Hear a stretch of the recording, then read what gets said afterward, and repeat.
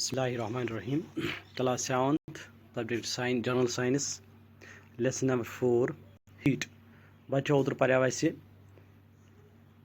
Topic clinical thermometer clinical thermometer measure कर body temperature human body temperature reading from 35 to 42 degree Celsius तो इंसान से body हूँ temperature 37 degree normal तम सात यूज करान क्लिनिकल थर्मोमीटर बल्बान साइड थप कर बल्कि कर बेक साइड थप ताकि अगर बल्ब साइड थप करो पन बॉडी हीट सह ग फ्लो तो मिल क्लियर रिजल्ट कह सो अत मन प्रिकॉशन अम पे दोम पर तथ वन लेबॉर्ट्री थर्मोमीटर पर्याव कि यह सह थर्मोमीटर यम मेजर कर टेम्परेचर मगर विदाउट ह्यूमन बॉडी अगर ह्यूमन बॉडी कर टेम्परेचर चेक तेल कर क्लिनिकल थर्मोमीटर सत अगर बाकी ऑब्जेक्ट थर्मोमीटर टेम्परेचर चेक कर तेल कर लेबॉर्ट्री थर्मोमीटर सत reading from -10 degree to 110 degree Celsius. How laboratory thermometer? How do we measure the temperature of other objects? For this purpose, there are other thermometers. One such thermometer is known as the laboratory thermometer. The teacher will show you this thermometer. Look at it carefully and note the highest and the lowest temperature it can measure. Minimum -10 to 110 degrees Celsius. Different types of thermometers are used for different purposes. The maximum and minimum temperatures of the previous day reported in weather reports are measured by a thermometer called the maximum minimum thermometer. News मज कि आज maximum दोहस दर्ज हरारत 30 degree Celsius कम कम रात मं सह 20 degree गो तमें main अक थर्मोमीटर सत वन मैक्सिमम मिनिमम थर्मोमीटर ठीक तेल थर्मोमीटर वारिया किस्म बहुत ओतर वन कि clinical thermometer laboratory thermometer maximum and minimum thermometer the range of laboratory thermometer is generally from -10 degrees Celsius to 110 degrees Celsius. Also, as you did in the case of the clinical thermometer, find out how much a small division in this thermometer reads. You would need this information to read the thermometer correctly. Let us now learn how this thermometer is used. वुचान scale तथ कि small lining दिख बे budget दिख तो तथ मज वुचान यह कित यूज कर अगर वुचान 35 पे 36 दरमियान लक्च लक्च तम रख दिथ तम कस पॉइंट डिनोट गसान ये वो तम ये वो तम Activity 4.4. Take some tap water in a beaker or a mug. Dip the thermometer in water so that the bulb is immersed in water but does not touch the bottom of the or the sides of the container. Asimo ko container ka ban atme nimo wis tap water आब नमो अत करो पे यह thermometer मगर ख्याल थवन thermometer गि touch कर अमिस सिकिस सह न ग साइडन सर ये मज वाटर आ hold the thermometer vertically as you khada ratan observe the movement of the mercury in the thermometer wait till the mercury thread becomes steady as to ye kade saruki and spet im satan is abu ki temperature high go athas naturally kan temperature 20 30 kota asa temperature खस सिद्ध खस अम वर्करी खस हर ये कदन रुक ये रुक सह अम आबुक temperature. Note the reading. This is the temperature of water at this time. अम सात आबुक temperature ये रुक Compare the temperature of water recorded by each student in the class. Are there any variations in the readings? Discuss the possible reasons. Let us try to answer the question. Class Activity 4.5. Take some hot water in a beaker or a mug. Dip the thermometer in water. Wait till the mercury thread becomes steady and note the temperature. Asimo garam ab जगस मं पे करो thermometer यो throw अत मं पे करो पे वो अम जरूरी mercury Kharge um her Now take out the thermometer from the water. Observe carefully what happens now. Do you notice that as soon as you take thermometer out of water, the level of mercury begins to fall? Uchi kals abas manz os amik temperature os akh. Yuthi garam ab man never kadon amik temperature like wasan. Ye bun atan os ek jay mercury at pawasi bun. The level of mercury begins to fall. This means that the temperature must be read while the thermometer is in water. Ithe ken agar as temperature measure as karon laboratory thermometer said the pati chhe satan tiskin karon use ye gets asun at objects manz yani ke watts man garam abas manz gets asun etina san chhe wuchun ye at kota temperature. You may recall that while taking your own temperature you have to take the thermometer out of your mouth to know the reading. Can you then use the laboratory thermometer to measure your body temperature?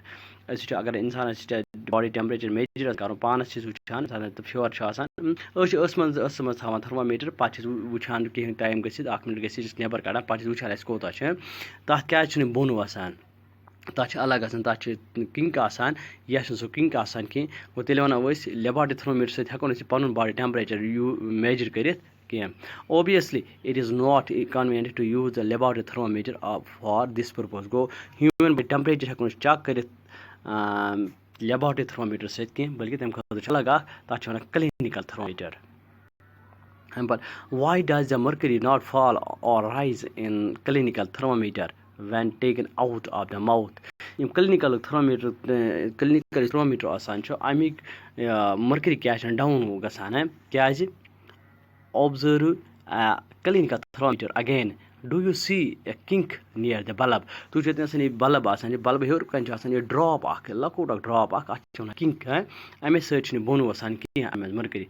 What is the use of the kink? It prevents mercury level from falling on its own, which prevent kara is pane hekan adin sa wasit ki ame bon ठीक गो इमो पेले thermometer छ clinical thermometer तो ब्या laboratory thermometer हम दोनों thermometer Amo सकान major कर temperature of the object अगर human body हुंद आस करन तेल करन clinical thermometer सत अगर बदल कुछ object को आस करन तेल करन laboratory thermometer.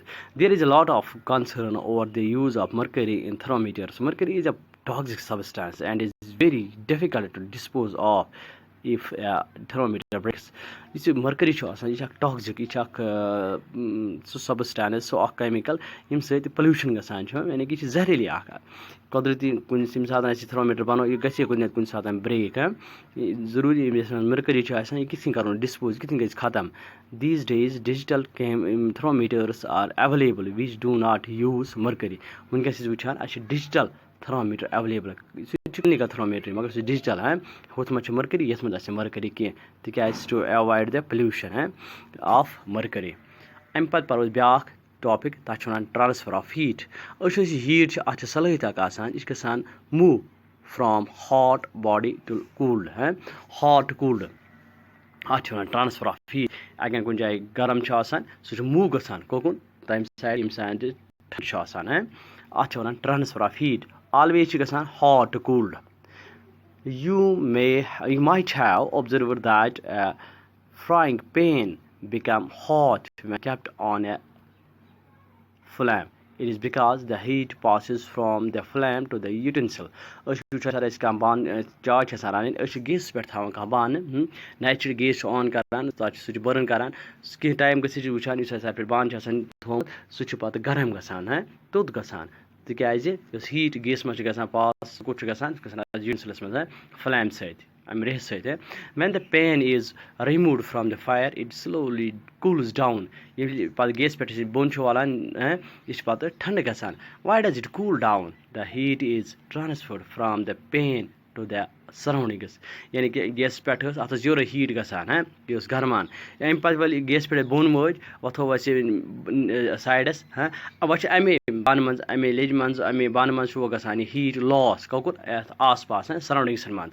So you can understand that in both cases the heat flows from a hotter object to a cooler object. In fact, in all cases heat flows from a hotter object to a cooler object. Heat always gasan flow and the hot cooled. How does heat flow? Let us investigate. Flow gasan. Activity 4.6. Take a rod of flat strip of a metal, say of aluminum or iron. Fix a few small wax pieces on the rod. These pieces should be at nearly equal distances. Clamp the rod to a stand. If you do not find a stand, you can put one end of the rod in between bricks. Now heat the other end of the rod and observe. यानी कि ऐसे rod अख metal rod अख iron और aluminium है पत करो इसे बंद दोन सेरन मन या कुछ स्टैंड्स मन अगर स्टैंड अवेलेबल आसे अगर न तेल अगर इसे जो सेर आसान दोन अख सेर थो बोन पे थो रॉड तो पे थो ब्या सेर है ये गई बंद पत पत करो हीट थो अकिस एंडस पे हीट यानी कि जालो कैंडल है अत ब्रोह थो जरूरी अम कैंडल से गि गरम हॉट यह क्या गि पक हीट पक ब्रोह ब्रोह ब्रोह ब्रोह है अत पे थो अत आयरन रॉड्स पे त्रो अमे शमह कह कतर है वैक्स तो ताकि योर हीट रोज गसान गरम रोज गसान हीट रोज अम राड मज ब्रोह ब्रोह पकान गोडनुक ड्रॉप आसे सह गि गोड मेल्ट है पत पक हीट ब्रोह पत गि दोयम मेल्ट पत गि त्रीम पत गि अम पे बाकी है what happens to the wax pieces do these pieces begin to fall which piece falls the first do you think that heat is transferred from the end nearest to the flame to the other end is heat गसान flow hot cooled यानी कि गोडन close ओस अत heat and सह गो गोडनथ fall so wax पे गोडनथ हरित bone गर्मी सत the process by which heat is transferred from the hotter end to the cooler end of an object is known as conduction इस तरीके अत मज हीट पास गसान अत one conduction go flow process by which heat is transferred गसान पकान from hot to cooled and this is called conduction in solids generally the heat is transferred by the process of conduction go solid में heat पकान इथे कन conduction कने do all substances conduct heat easily you must have observed that the metallic pan for cooking has a plastic or wooden handle वुचान metallic बान तमन जरूरी handle या प्लास्टिक नत वुडन है हज थप पे अगर मज गोड मेटल मगर मेटलस अंद वलित प्लास्टिक और वुडन है can you lift a hot pan by holding it from the handle without getting hurt है can you lift a hot pan क्या इसको इथे कन तुलित है hot pan by holding it from the handle without getting hurt है इसलिए जंग यह हॉट गसान क्या मेटलन सलित मज हीट फ्लो गसान गुड कंडक्टर्स तवे पे प्रोटेक्शन करें इथे कन तुलो कह तम सह इंजरी गई Activity 4.7 Heat some water in a small pan or a beaker. Collect some articles such as steel, spoon, plastic, scale, pencil, and divider. Dip one end of each of these articles in hot water. Asimo ekis jagas mans hai hot water pat trawो अत मज कह objects मसलन क्या तrawो अत मज तrawो अत मज चमचम plastic scale geometry box मज आसान पेंसिल तrawो डिवाइडर तrawो है अमो मज कुछ गई गरम हॉट जरूरी मेटलिक आए गो अमो मज हीट तेल पकान wait for a few minutes touch the other end enter your observations the materials which allow heat to pass through them easily are conductors of heat यानी कि कैसो ऑब्जेक्टो मज पच हीट अमन वनो तेल conductors for example aluminum iron and copper the materials which do not allow heat to pass through them easily are poor conductor of heat such as plastic and wood go metals मज generally वुचान Amo मज heat pass गसान go good conductors of heat आसान तो यम मज पकान कह तमन क्या वनो insulators मसलन अत मज wood and plastic the water and air are poor conductors of heat आप तो air यह मान poor conductor यानी कि good conductor मान कह then how does the heat transfer take place in these substances let us find biggest videos months